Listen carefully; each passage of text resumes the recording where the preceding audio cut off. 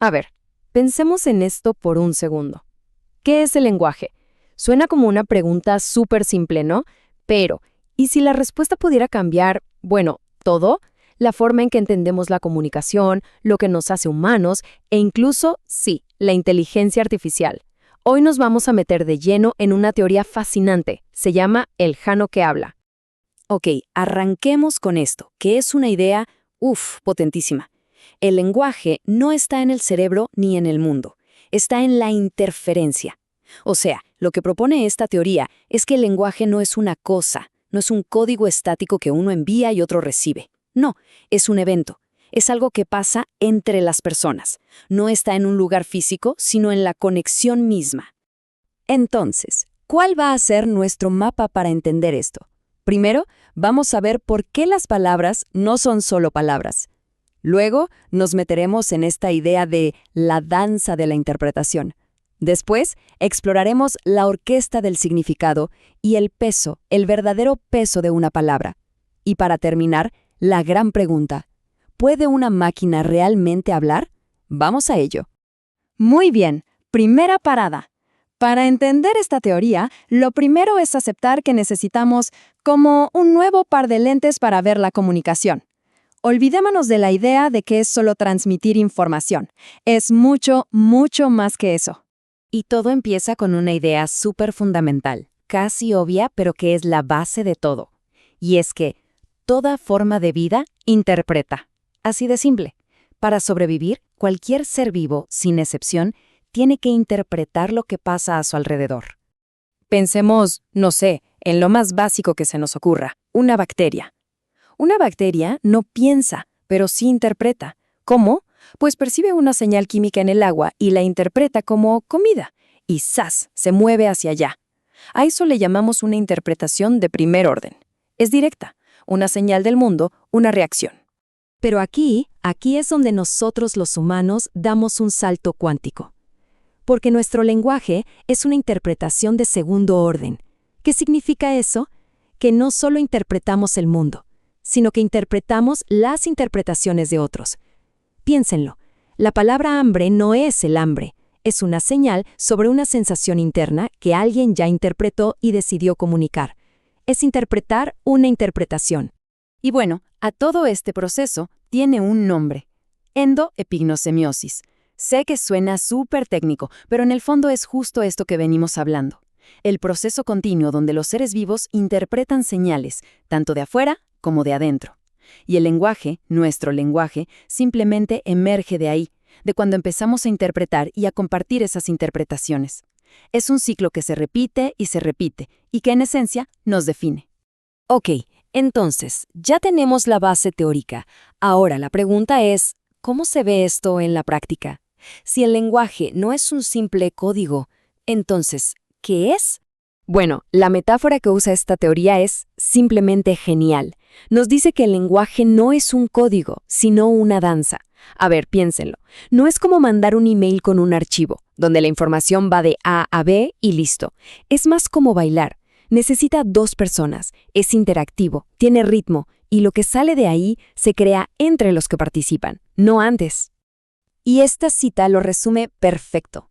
El significado no está en las palabras, está en la danza de interpretaciones que las palabras hacen posible.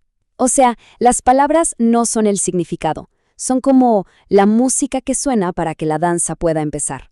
El verdadero significado nace del movimiento, de esa interacción entre los que se están comunicando. Y este ejemplo, es perfecto.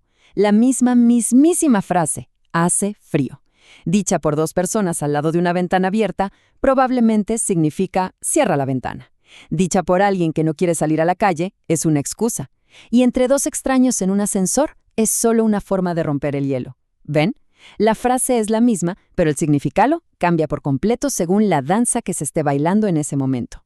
Y acá tenemos otra analogía que me encanta. Una palabra es una llave. Piénselo, la llave no es el tesoro. La llave abre el cofre donde está el tesoro. Así, una palabra no te da el significado, sino que, clic, desbloquea un montón de interpretaciones posibles en la mente del otro basadas en su historia, en sus experiencias, en todo lo que es. Bien, Entonces, ya vimos que el lenguaje es una danza. Ahora vamos a ver la arquitectura que hay detrás. Porque el lenguaje no es algo plano, para nada. Es complejo, fascinante, con un montón de capas que están funcionando todas, pero todas al mismo tiempo. Y para explicar esto, vamos a usar otra metáfora. Si la comunicación es una danza, el lenguaje es como una orquesta. El significado real, profundo, no lo da un solo instrumento. No es solo el violín o la trompeta. El significado emerge de la interferencia, de la armonía de todos los instrumentos sonando juntos. Y aquí están los instrumentos de esa orquesta. Son 7 niveles que operan a la vez. Imaginen que alguien dice algo tan simple como «te quiero». Bueno, en ese instante toda la orquesta está sonando. Está la fonación, o sea, el cuerpo produciendo el sonido. La fonología, que es el sistema de sonidos del idioma. La semántica y la sintaxis, o sea, el significado literal de las palabras y cómo están ordenadas. La pragmática, que es la intención real detrás. La conversación, que es la interacción con la otra persona. La narrativa, o sea, qué lugar ocupa ese te quiero en la historia de esa relación. Y finalmente, la cultura, lo que amor significa en ese contexto social. Todo eso en 2 simples palabras. Y por eso el significado es la música que sale de todo eso. No está en un solo nivel, no se puede aislar. El significado real, completo, es la sinfonía increíble que crean todos esos niveles juntos. Ok, salgamos un poquito de la teoría y vayamos a algo más existencial, más personal. Porque el lenguaje no es solo una herramienta para describir la realidad. El lenguaje crea nuestra realidad. Pensemos en el poder que puede tener una única palabra. Por ejemplo, la diferencia entre definirse como víctima y definirse como superviviente. Los hechos del pasado son los mismos, no cambian.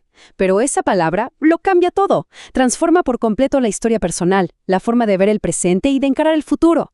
Eso es lo que la teoría llama una interferencia existencial. Es potentísimo. Ahora, una pregunta, y quiero que la piensen bien. Con todo este poder que tienen las palabras, ¿cuál dirían que es la parte más poderosa del lenguaje? ¿El elemento con más fuerza de todos? La respuesta puede que sorprenda a más de uno. Es el silencio. Sí, el silencio. Porque muchas veces lo que no se dice tiene mucho más peso, mucha más fuerza que cualquier palabra que se pueda pronunciar. Porque, a ver, el silencio no es que no haya comunicación, para nada. El silencio es una forma de interferencia muy poderosa. Es una señal que se puede interpretar de 1000 maneras. Puede ser respeto, miedo, acuerdo, amenaza. Puede ser ternura, como un abrazo en silencio, o puede ser censura. Es comunicación en estado puro. Y todo esto, inevitablemente, nos trae a una de las preguntas más importantes de nuestra era. Teniendo en cuenta todo lo que vimos, ¿puede una máquina, una inteligencia artificial, hablar de verdad? A ver, este cuadro lo resume bastante bien. El lenguaje humano tiene un cuerpo, está encarnado. El de la IA, no. Nuestro lenguaje nace de una historia biográfica personal. El de la IA, de estadística.